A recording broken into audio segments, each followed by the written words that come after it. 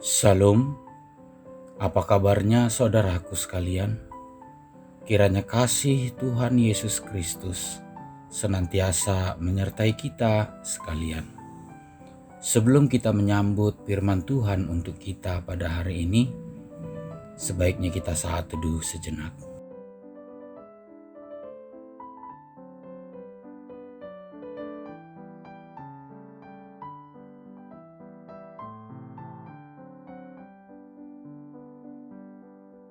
Amin. Saudaraku sekalian, sapaan firman Tuhan untuk kita pada hari ini Minggu Pentakosta yang pertama diambil dari kitab Yohanes 16 ayat 4b sampai dengan ayat yang ke-15. Adapun judul renungan hari ini yaitu Roh Penghibur dan Kebenaran. Saudaraku sekalian yang dikasihi Tuhan Yesus Kristus, hari ini seluruh gereja merayakan peristiwa kedatangan Roh Kudus di hari ke-50 sesudah kebangkitannya, atau sebab itu dinyatakan dengan nama Pentakosta.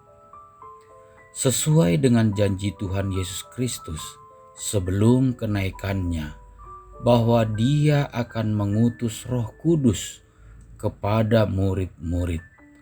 Pada hari itu, saat murid-murid Yesus berkumpul di Yerusalem, Roh Kudus turun dalam rupa tiupan angin keras dan lidah api yang menyala-nyala yang menghinggapi para murid.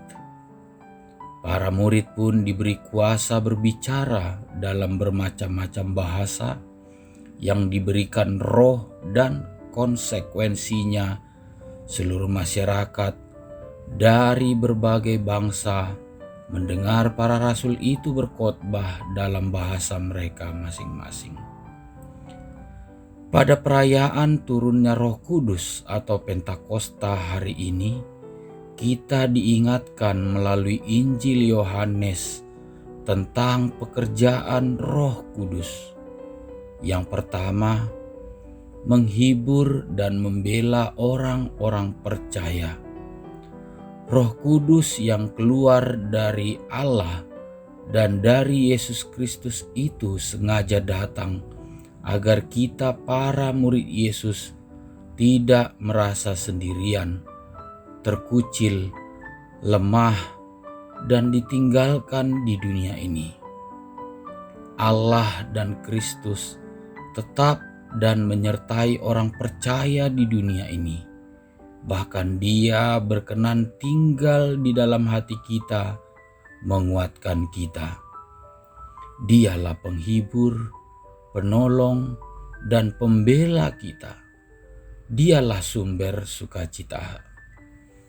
Yang kedua, Roh Kudus datang untuk menyadarkan kita akan dosa kita, memberi kita kemauan dan kemampuan untuk bertobat, dan menganugerahi kita keampuan dosa. Roh Kuduslah yang berkuasa mengubah dan membaharui hidup kita.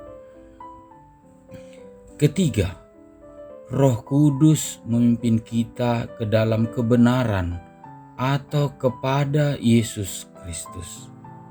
Sebab Yesus Kristus adalah jalan, kebenaran, dan hidup itu.